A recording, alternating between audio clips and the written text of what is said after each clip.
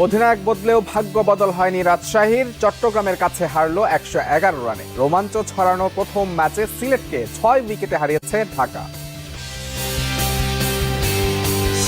নিজেকে হারিয়ে খোঁজার মিশনে বাংলাদেশে এসে সফল দাভিদ মালান। বিপিএল ও ডিপিএল খেলে আত্মবিশ্বাস বাড়ান এই English cricketer. Wickets here are totally different to they are in the UK, and sometimes you have to take them deeper, and sometimes you have to go earlier with the conditions, and it makes you adjust your game and develop your game really quickly.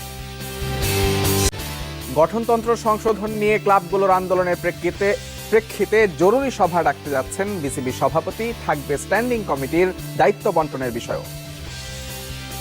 Board meeting ছাড়া তো আপনার committee approve হয় না, তো ওই board মিটিংয়ের পরে এখন পর্যন্ত কোনো বোর্ড মিটিং হয় নাই। এই মাসের মধ্যে যতটুকু জানি এই মাসের মধ্যে হবে। শুরুতেই জানাবো বিপিএল এর খবর। বিপিএল এ দিনের প্রথম ম্যাচে শ্বাসরুদ্ধকর লড়াইয়ে সিলেট স্ট্রাইকার্সকে ৬ রানে হারিয়েছে ঢাকা ক্যাপিটালস। ১৯৭ রানের টার্গেটে ব্যাট করতে নেমে ১৯০ রানে থামে সিলেটের ইনিংস। অলরাউন্ড পারফরমেন্সের জন্য খেলা শেষে প্লেয়ার অব দ্য ম্যাচ নির্বাচিত হয়েছেন ঢাকার অধিনায়ক থিসারা পেরেরা। শেষ ২ ওভারে প্রয়োজন ছিল ৪০ রান। জাকের আলী অনিকার সামিউল্লাহ শেনওয়ারির ঝড়ে ম্যাচটা প্রায় বেরই করে ফেলেছিল সিলেট স্ট্রাইকার্স। তবে শেষ ওভারের নাটকে হাসিটা ঢাকা ক্যাপিটালসই হেসেছে। সিলেটের বিপক্ষে ঢাকার জয় ৬ রানে। টস জিতে সাগরিকার ব্যাটিং স্বর্গে আগে ব্যাট করার সিদ্ধান্ত নেয় ঢাকা ক্যাপিটালস। ১৬ বলে ২২ রান করে তানজিদ তামিম আউট হলে ভাঙে ২৮ রানের ওপেনিং জুটি। বেশিক্ষণ টিকতে পারেননি কোটজে কিংবা মোসাদ্দেকও। অন্যদিকে এক প্রান্তে অবিচল ছিলেন লিটন দাস। সাব্বির রহমানকে নিয়ে গড়েন ৪২ রানের জুটি। তবে সবচেয়ে বেশি ঝড় তোলেন অধিনায়ক থিসারা পেরেরার সঙ্গে। মাত্র ২৭ বলে তাদের জুটি থেকে আসে ৮১ রান, ৪টি করে ৪ ও ছক্কায়। এলকেডির ব্যাটে ৪৮ বলে ৭০, পেরেরার ব্যাটে ১৭ বলে ৩৭। তাতেই ঢাকা তোলে ১৯৬। যদিও কাজের কাজ হয়নি। জাকেরকে মুকিদুল ইসলাম মুগ্ধ আর আরিফুলকে মোস্তাফিজ আউট করলে শেষ হয় সিলেটের জয়ের স্বপ্ন। এই ম্যাচে মোস্তাফিজ পূরণ করেন তার বিপিএল ক্যারিয়ারের ১০০তম উইকেট। এদিকে অধিনায়ক পরিবর্তন করেও ভাগ্য বদল করতে পারেনি দুর্বার রাজশাহী। তাসকিনের নেতৃত্বে এবার চিটাগং কিংসের কাছে ১১১ রানের বড় ব্যবধানে হেরেছে দলটি। চট্টগ্রামের দেয়া ১৯২ রানের টার্গেটে ব্যাট করতে নেমে মাত্র ৮০ রানেই গুটিয়ে যায় রাজশাহী। টস হেরে ব্যাট করতে নেমে শুরুতেই উসমান খানের উইকেট হারালেও ৮৪ রানের বড় জুটি গড়েন নাইম ইসলাম ও গ্রাহাম ক্লার্ক। ৪৫ রান করে রান আউটে কাটা পড়েন ক্লার্ক, আর ৫০ তুলে নাইম ফেরেন সঞ্জামুলের শিকার হয়ে। এরপর মোহাম্মদ মিথুনের ৩২ ও হায়দার আলীর ২৫ রানে ভর করে নির্ধারিত ওভারে ৮ উইকেট হারিয়ে ১৯১ রানের পুঁজি পায় চিটাগং কিংস। জবাবে নিয়মিত বিরতিতে উইকেট হারিয়ে ৩৪ বল বাকি থাকতেই মাত্র ৮০ রানে অল আউট হয় রাজশাহী। সর্বোচ্চ ২১ রান আসে বিজয়ের ব্যাট থেকে। ২ অঙ্কের ঘর স্পর্শ করতে পেরেছেন কেবল আকবর আলী। এই জয়ে টেবিলে ২ নম্বরে উঠে আসলো চট্টলার দলটি। বাংলাদেশের ঘরোয়া ক্রিকেট খেলেই দাভিদ মালানের উত্থান। বিপিএলে ৫ বার, ডিপিএলে ২ বার খেলতে আসা মালান তাই বাংলাদেশের প্রতি কৃতজ্ঞ। মালান বলছেন, এদেশের ঘরোয়া ক্রিকেটে খেলায় তাকে বাংলাদেশের বিপক্ষে পারফরমেন্স করতেও সাহায্য করেছে। Play domestic cricket against a lot of the players you're used to playing against them. Like I said, I think this is my 5th BPL plus 2 Dhaka Press of 7 years, and then plus international cricket. That's a lot of time to play against domestic cricketers, and you get used to playing against guys a lot and game plans against them. So yeah, it definitely helped me when I played international cricket that I choose of being an overseas player. It's as close to international cricket as it comes, where you have to score runs every game or you lose your place, and that's what domestic cricket is in franchise. You have 8 ক্রিকেটের ব্যস্ততা ছাপিয়ে সোমবার সন্ধ্যাটা Fortune Barishal ও খুলনা টাইগার্সের ক্রিকেটাররা রাঙিয়েছেন ফুটবলে। বিপিএলের এই ২ দলের সাথে প্রতিদ্বন্দ্বিতা করেছে তামিমের পরিবার ও এশিয়ান গ্রুপের দল। পরে চট্টগ্রামের ঐতিহ্যবাহী মেজবানে অংশ নেন ২ দলের ক্রিকেটাররা। ক্রিকেটের বাইরে এমন আয়োজনে খুশি সবাই।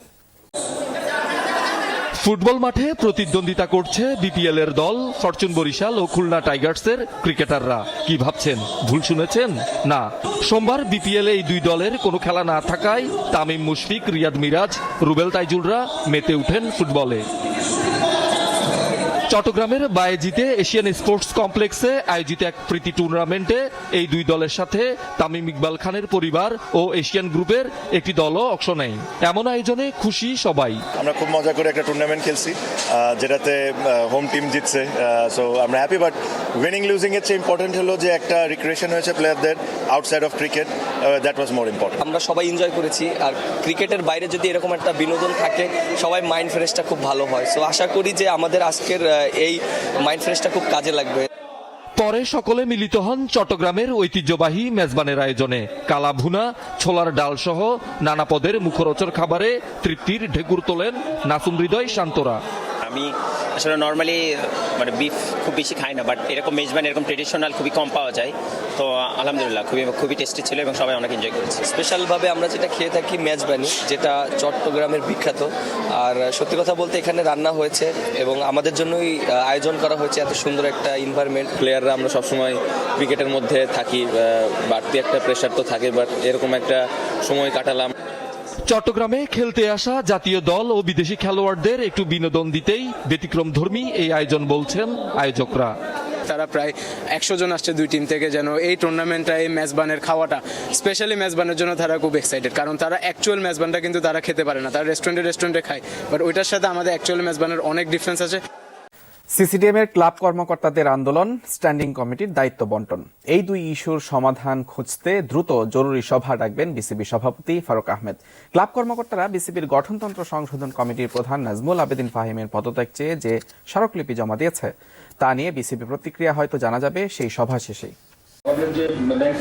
দেশে ক্ষমতার পট পরিবর্তনের পর গত 21 আগস্ট বিসিবির নতুন সভাপতির দায়িত্ব পান জাতীয় দলের সাবেক অধিনায়ক ফারুক আহমেদ। তার সঙ্গে নতুন পরিচালক হিসেবে যুক্ত হন দেশ বরেণ্য কোচ নাজমুল আবেদিন ফাহিম। দুজনের ছোঁয়ায় আমূল পরিবর্তন আসবে বিসিবিতে, এমন প্রত্যাশা ছিল সবার। কিন্তু বাস্তবতা হচ্ছে কই? একের পর এক সমস্যায় জর্জরিত বোর্ড, কোচিং স্টাফের রদবদল, সাকিব আল হাসান ইস্যু তো আছেই, সমস্যার আখড়া যেন বিপিএল। মাঠের খেলা ভালো হলেও মাঠের বাইরের নানা ইস্যুতে একের পর এক বিতর্কের জন্ম দিচ্ছে। টিকিট অব্যবস্থাপনায় দর্শকদের গেট ভাঙচুর থেকে শুরু করে বুথে অগ্নিসংযোগের ঘটনা ঘটে। মাঠের অব্যবস্থাপনায় সভাপতির সাথে খারাপ আচরণ করেন যুব ও ক্রীড়া উপদেষ্টার ব্যক্তিগত কর্মকর্তা। ব্যাংক গ্যারান্টি ছাড়াই খেলছে অধিকাংশ ফ্রাঞ্চাইজি, আর মরার উপর খড়ার ঘা রাজশাহীর পেমেন্ট জটিলতা। নতুন কমিটি বিসিবির দায়িত্ব নিয়েছে 5 মাসের মতো হয়েছে। এরই মধ্যে প্রকাশ্যে এসেছে সভাপতি ফারুক আহমেদ ও পরিচালক নাজমুল আবেদিন ফাহিমের দ্বন্দ্ব। সেই সাথে এখনো করা হয়নি স্ট্যান্ডিং কমিটির দায়িত্ব বন্টন। করতে করতে অপেক্ষার প্রহরী যেন আর ফুরায় না।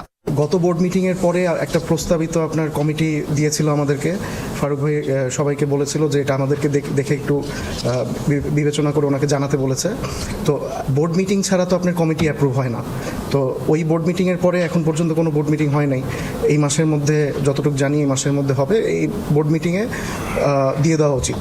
তবে খুব সম্ভবত বিসিবি সভাপতি ফারুক আহমেদের জন্য সবচেয়ে বড় চ্যালেঞ্জ হতে যাচ্ছে সংশোধিত গঠনতন্ত্র নিয়ে ঢাকার ক্লাবগুলোর বিদ্রোহ আর লিগ বর্জনের সিদ্ধান্তে। ইতিমধ্যে সভাপতির কাছে ক্লাব প্রতিনিধিরা গঠনতন্ত্র সংশোধন কমিটির প্রধান নাজমুল আবেদিন ফাহিমের পদত্যাগ দাবি করে স্মারক জমা দিয়েছে। এই সমস্যার সমাধানে দ্রুতই বোর্ড সভাপতি জরুরি সভা ডাকবে বলছেন সংশ্লিষ্টরা।